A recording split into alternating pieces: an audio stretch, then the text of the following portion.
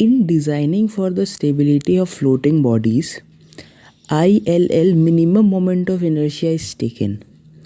Time period of oscillation is equals to T is equals to 2 pi root under K square G. So T is equals to 2 pi root under K square upon G multiplied by GM. GM basically metacentric height. Stability increases, time period decreases, comfort decreases. So T is directly proportional to 1 by root under GM, which is basically metacentric height. तो basically इसमें हमें क्या करना है कि अगर हमें passenger ship लेना है और पैसेंजर शिप में जो हमारा मेजर क्राइटेरिया होता है वो होता है कि कंफर्टेबल रहे। तो और कंफर्टेबिलिटी अगर रहेगा यानी तो रोलिंग में स्टेबल तो वैसे ही रहता ही है। तो अगर हमें पैसेंजर शिप डिज़ाइनिंग करना है तो वो हमें कंफर्टेबिलिटी की ओर प्रोसीड करना है, जिसमें मेटासेंट्रिक हाइट 0.4 से लेके 1 मीटर के बीच में रहेगी। और अगर हमें वॉरशिप का डिज़ाइनिंग करना है तो उसमें हमें स्टेबिलिटी की रिक्वायरमेंट है, तो वो उसकी मेटासेंट्रिक हाइट 1 से 1.5 रहेगी। चूँकि अगर हम ज्योमेट्रिक हाइट कम रखेंगे तो हमारा जो कंफर्ट होगा वो इंक्रीज़ हो जाएगा, मतलब टाइम पीरियड ऑफ ऑसिलेशन बढ़ जाएगा। ठीक है, कंफर्ट हमारा मेन क्राइटेरिया है। तो जो मेटासेंट्रिक हाइट कम होगी तो कम टाइम पीरियड ऑफ ऑसिलेशन बढ़ जाएगा, तो कंफर्ट बढ़ जाएगा। अभी कैसे होगा कि सपोज़ करें आप पैसेंजर शिप में सोए, अगर आप सोए, ठीक है, तो अगर जितना भी वो लेफ़्ट मुड़ेगा बहुत तेज़ी से नहीं, आराम से वो फिर अपनी नॉर्मल इक्विलिब्रियम पोजीशन पे आएगा, तो पैसेंजर को कंफर्ट होगा। लेकिन चूँकि वॉरशिप में क्या होता है कि आपको मिसाइल छोड़नी होती है, हेलीकॉप्टर लैंड कराना होता है, तो इसके कारण उसमें मेटासेंट्रिक हाइट जो है हम लोग थोड़ा ज़्यादा देते हैं। तो इससे क्या होता है, टाइम पीरियड ऑफ ऑसिलेशन कम होता है कि अगर प्लेन लैंड किया तो तुरंत वो अपने इक्विलिब्रियम पे आ जाए ताकि दूसरा प्लेन फिर से टेक ऑफ कर पाए। Now wait of a body. ना वेट ऑफ बॉडी में दो कंसेप्ट आते हैं, एक आता है रियल और एक एपरेंट। तो अगर हम बात करते हैं वेट ऑफ अ बॉडी में, real weight of a body and apparent weight of a body. Real weight में क्या होता है कि हम रियल वेट में लेने के लिए स्प्रिंग बैलेंस सिस्टम से एनालिसिस करते हैं। तो इसमें क्या हुआ, सबसे पहले हमने एक स्प्रिंग बैलेंस लिया, उसमें नीचे बॉडी अटैच की। तो जब हम इसका फोर्स एनालिसिस करेंगे तो ऊपर टेंशन लगेगा, एफ भी लगेगा हवा में, एयर डेंसिटी बहुत ही कम होती है। So T is equals to mg। अगर हम अपेरेंट वेट की बात करें तो ऊपर बॉडी अटैच्ड है, स्प्रिंग है, नीचे बॉडी लगी पड़ी है और इस पर पानी नीचे रहेगा।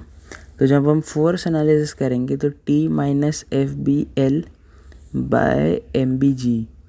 सो T is equals to MBG minus FBL। तो अगर हम रीडिंग की बात करते हैं तो इससे हमारा एपरेंट वेट आ जाता है, और अगर हम लेफ़्ट वाले की बात करें तो उस वाले T is equals to MBG से रियल वेट आ जाता है, और T is equals to MBG minus FBL से एपरेंट वेट आ जाता है। ठीक है, तो ये सारी चीज़ें थी। अगर हम स्प्रिंग से एक वेट अटैच करेंगे और जब बॉडी नीचे जाएगी तो टेंशन है, तो वेट एंड बॉयेंट फोर्स बैलेंस नहीं रहेंगे। लेकिन एक बैलेंस रहेगी बॉडी तो वो डिपेंड करेगी। A body weighing 30 Newton and 115 Newton when subjected to under a submerged condition in liquid of densities 800 and 1200, what is the volume of body, real weight of body, mass of body and density of body। तो body है, दोनों apparent wait के condition में आ रही, तो हम apparent वाला formula लगा देंगे, T is equals to MBG minus FBL। ठीक है, ये पता है हमें। तो हमें V1 निकालना, वॉल्यूम ऑफ बॉडी, और एम बी जी हमें पता है टी की वैल्यू रियल वेट से, तो V1 आ जाएगी। तो volume of body is equal to displaced volume. उसके बाद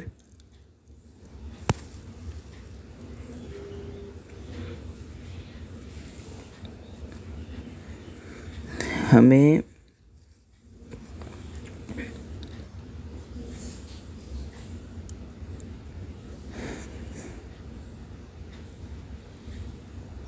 डिस्प्लेस्ड वॉल्यूम निकालना था, ठीक है। सो होता है T plus F B is equals to M B G. Real weight वाले एनालिसिस से किया है ये शायद,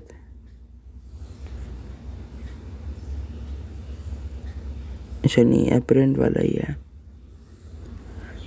तो T plus F B is equals to M B G, तो 30 प्लस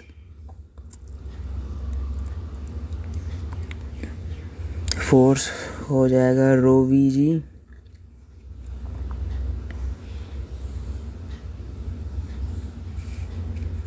तो इससे वॉल्यूम डिस्प्लेस्ड आ गया।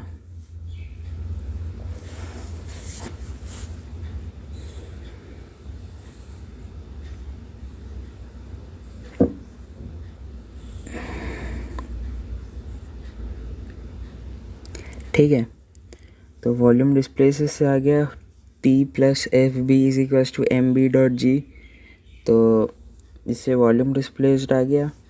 फिर अब हम इसको फर्स्ट इक्वेशन में अगर पुट करेंगे तो हमारा एम बी आ जाएगा। फिर डेंसिटी क्या आता है, मास अपॉन वॉल्यूम, डेंसिटी आ गया। If density is less than 1700 kg per metre cube we have added, मतलब इफ़ डेंसिटी कम हो जाएगा then we have added impurity. हाँ, अगर सपोज गोल्ड दिया गया है उसका 1000 है और उससे कम आ रहा है तो यानी हमने उसमें बहुत इम्प्योरिटी मिलाई है, ये कंसेप्ट है। उसके बाद concept of accelerated vessels containing liquid. तो सबसे पहले हम एक्सेलरेटेड वेसल जिसमें लिक्विड है उसका एक डायग्राम बनाएंगे, फिर एक्स डायरेक्शन में उसका एक डायग्राम बनाएंगे। तो जब हम उस एलिमेंट को बाहर निकाल लेंगे तो वो ऐसा होगा P D A, P plus D P by D X D ए, और डी एक्स एलिमेंट की लेंथ है। तो अब हम इसका एनालिसिस या टेलर सीरीज़ करते हैं मैथमेटिक्स से। Newton second law, force is equals to mass into acceleration. तो फोर्स हो गया net P D A minus P plus D P by D X D A into mass rho V in area, so rho D X A X. So इससे D P by D X आ गया negative of rho A X. तो basically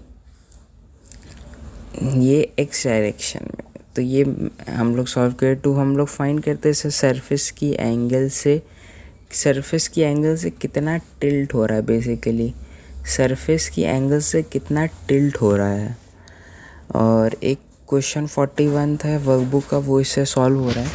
उसमें x से free fall हो रहा था जी से, ठीक है। तो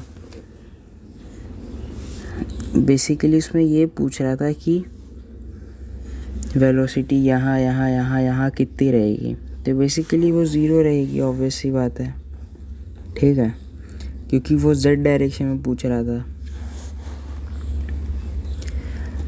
तो p plus D P by D X D A hashtag, उसके बाद नीचे लगेगा क्योंकि ये जेड डायरेक्शन में, तो एक एलिमेंट लिया P D A dash D Z length है, और रो वी जी बेसिक जो रहता है इसका rho D A dash D Z G, force mass into acceleration Newton second law. So D P by D Z is equals to root minus density A Z plus G. So p is function of x and z. So dp is equals to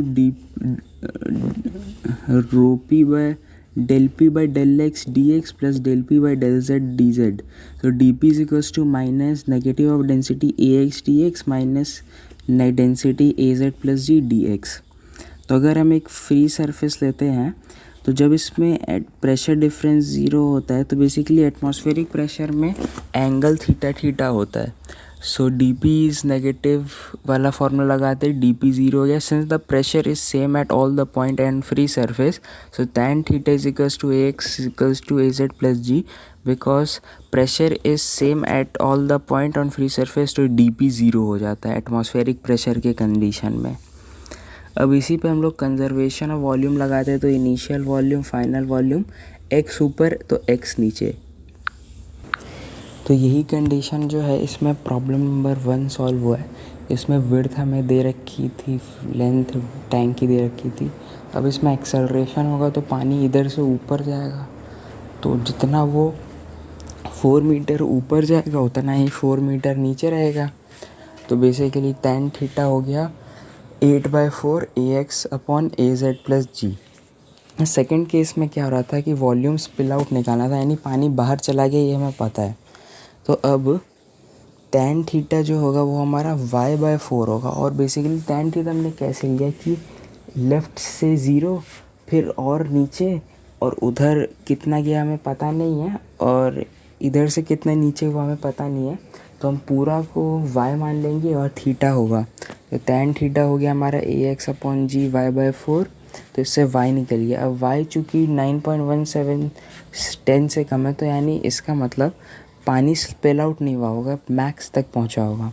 अब हम final volume निकाल लेंगे, क्योंकि हमें final volume निकालना है पहले, तो उससे 10×4 होगा, बेसिक चीज़ है।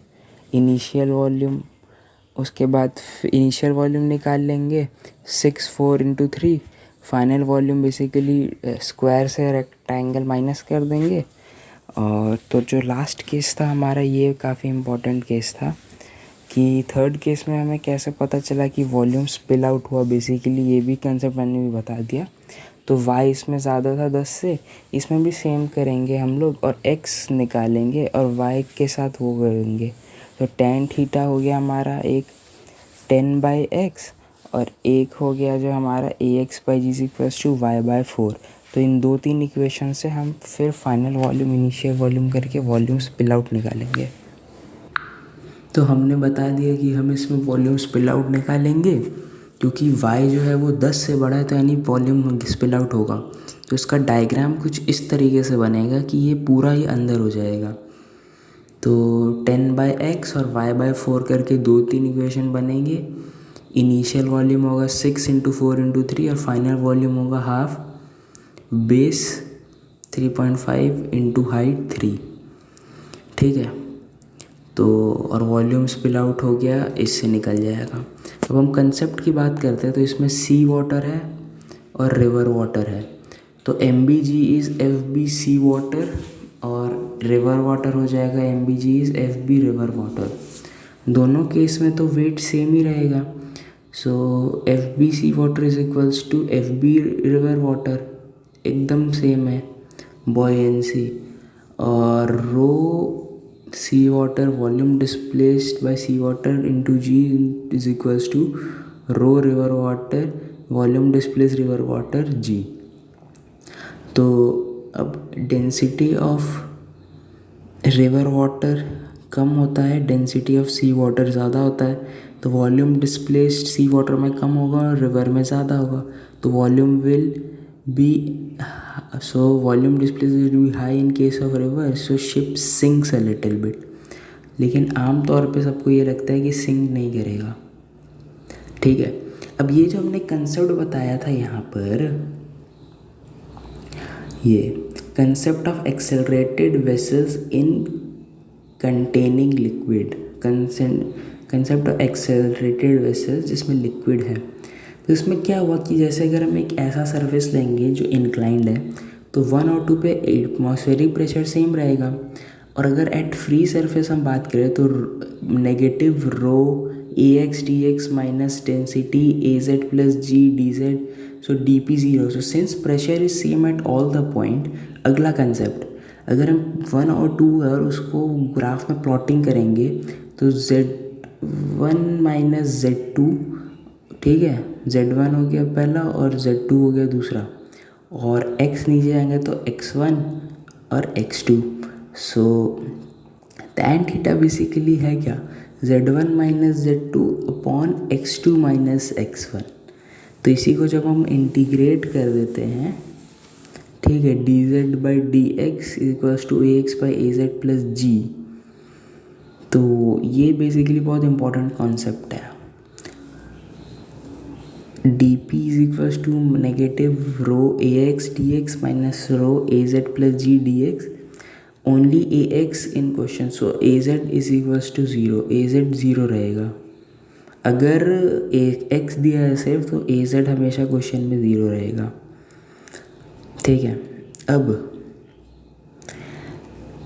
x जो है वो x में नहीं चल रहा, तो डी एक्स ज़ीरो हो जाएगा। अब अगर हम इसमें बात करें तो p गॉज होता है।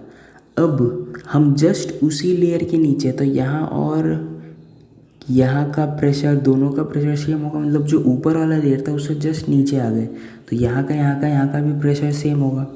So D P is negative rho A X D X minus rho G D X, D Z तो ज़ीरो रहेगा, ज़ीरो से पी होगा क्योंकि पी गॉज है, इसमें ज़ीरो रहता है और फिर पी रहता है, z1 से z2। सो पी आ गया नेगेटिव रो जी z2 माइनस z1, यानी p is equals to rho G H. So container है वो एक्सेलरेशन से चल रहा है, तो प्रेशर जो ऊपर वाला रहेगा सेम प्रेशर उसके नीचे वाले लेयर पर रहेगा, सेम प्रेशर उसके नीचे वाले पर रहेगा, सेम प्रेशर उसके भी नीचे वाले लेयर पर। तो इससे हम लोग आइसो बार बना लेंगे। इस पूरे लाइन पे प्रेशर सेम रहेगा, अगर वो सिर्फ एक ही डायरेक्शन ए एक्स में चल रहा होगा तो इससे हम लोग आइसो बार बना लेंगे। ये था पूरा कंसेप्ट, ठीक है। उसके बाद फिर वही है, ये था वॉल्यूम, नॉर्मल वॉल्यूम, ये था जब स्पिल नहीं करेगा, और ये है जब राइट वाला जब स्पिल कर लेगा।